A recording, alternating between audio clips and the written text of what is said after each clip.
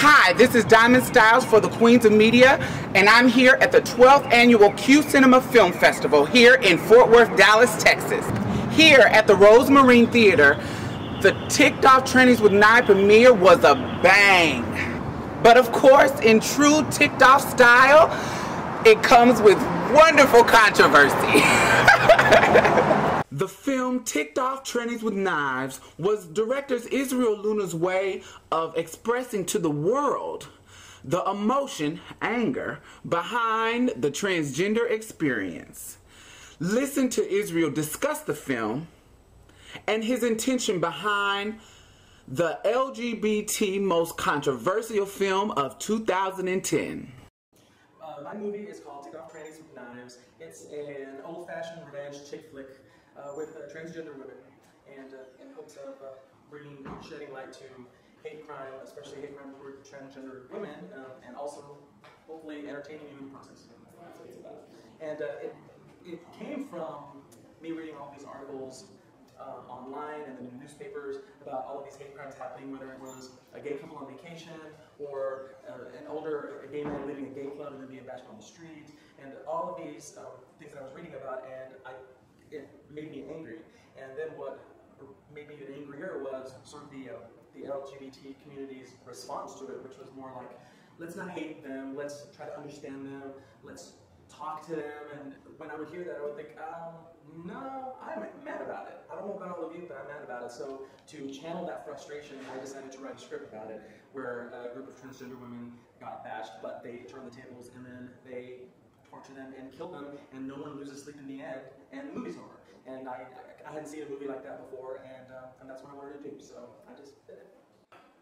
When I wrote the script, I didn't feel like I needed to explain to anyone what are transgender women. Are they men? Are they women? Who are they? What are they? How did they get to where they are? I didn't do that. I start the film, the girls are talking, and that's it. If you have questions, okay, fine, that's fine to have questions. Just watch the film. And what I want people to realize, and my main message in the film, is they're just like everybody else. I wrote it as 5 women getting bashed, so it can really be anybody that's been picked on, whether it's a minority or anybody that has been picked on. So that's that's the message that I hope to get. I know one of the best compliments we got was we had a cast and crew screening. There was a woman in her 60s, and she came up to me and she said, "Did you know that halfway in the movie I forgot they were transgender women, they were just women?" And that was one of the biggest compliments that I remember, because that's what I want, is for people to say, oh, they're no different than anybody else. And because of the fact that it's being accepted into the more international film festivals, meaning outside of the LGBT festival, I think that we are educating people, and that's what I was writing. My response to the controversy really is, I try not to listen to what everybody is saying, because when I start in, there are a lot of misconceptions, a lot of they misquote me a lot, and there's a lot of things, they use tricky words when I read certain articles, especially like from Lad and other people, that are not correct.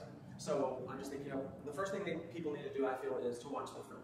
And so the way that I react to the controversy is, it's okay to not like me. It's okay to not like my film, or the message, or the content, or the way that I represent the transgender women in my film. That's okay.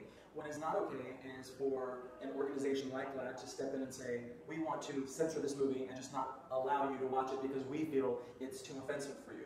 That's when I think it's flat-out censorship and 100% un-American.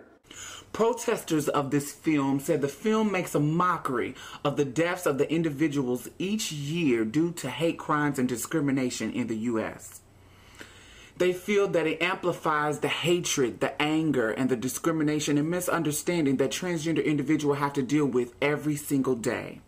Upon arrival here at the theater, you will be greeted by chalk outlines of dead bodies, like you would see at a homicide scene. Next to the chalk outlines, you will see the names of slain victims of high-profile hate crimes in the U.S. The protesters drew these pictures in order to represent how they feel about the movie. They held their signs, they stood out sweating in the hot sun in order to stand up for what they believed in. One of the most vocal protesters is Ann Bussey. Listen to what she has to say. Hi, my name is Ann Bussey. I'm a Dallas Area Activist Allies, a member of the Metropolitan Community Church. I'm an activist in the name of faith. I live in the Dallas-Fort Worth area. First introduced this protest is actually about education and informing people about the harmful effects of Ticked Off Trannies and knives. Israel Luna first introduced this movie. The concept of this movie, the Dallas Voice blog, Instant Tea, in 2009, in January. Amid his introduction, he had an immediate condemnation from the world's transgender community about the idea, about the name, about the concept of this movie without even knowing, having seen a trailer of it. We're here to tell people, inform people why we are rejecting this movie, why people in Seattle are objecting to this movie, people in New York City are objecting, people in Philadelphia will be objecting. This is Angela's apartment. Well, her picture fell off, and I apologize for that. Most people that are transgender know about the Angie. Angie was murdered in 2008. But when her death was sensationalized by Israel Luna, and this movie was a cheap advertising ploy, her family eventually found out about it. They issued a statement where her mother was horrified about her memory, her legacy being used.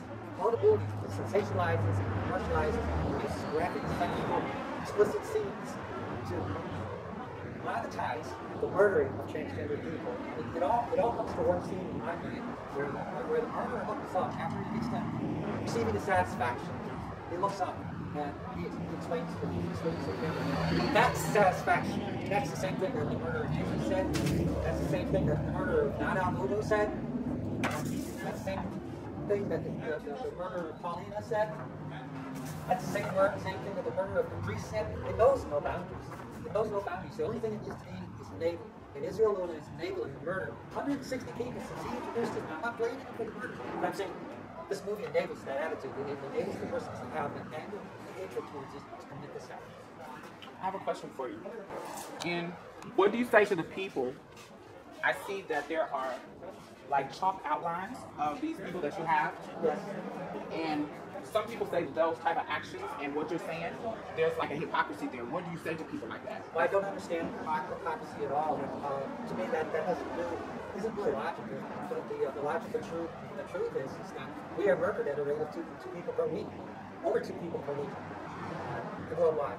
And that's the honest truth. And illustrating a murder, illustrating murders of transgender people by gay men and by people in school, in our view, fits the definition of misogynistic. In the dictionary of LGBT people, it fits exactly the dictionary's description of a misogynistic person. What is a misogynistic person? A misogynist is somebody that hates women and children. They use that. There's all sorts of different levels of misogyny. But in Israel Luna's case, that was used. That misogyny made him believe that he thought that he was doing something that was actually.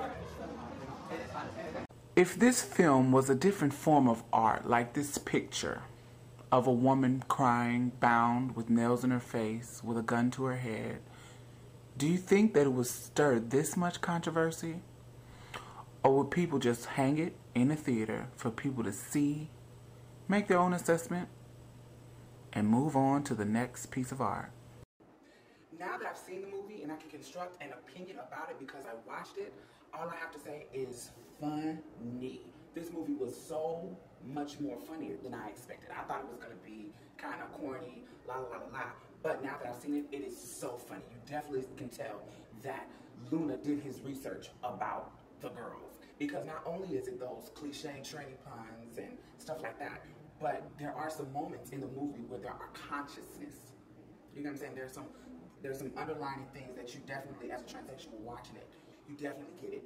You know what I'm saying? There's a lot of stuff that you can tell was thought out in the movie, explaining us, explaining how we can get involved with guys that is not really right for us because of our own self-image and stuff like that. So there's a lot of stuff in this movie outside of the tranny exploitation type thing, you know, that you really can take from. Not only are you going to be laughing, not only that, you are going to be laughing your ass off. LMAO. If you come in contact with a protester, ask them did they see the movie. If they did not, take their opinion and throw it out the door. Because if you've seen the movie, you will understand that this was brilliant.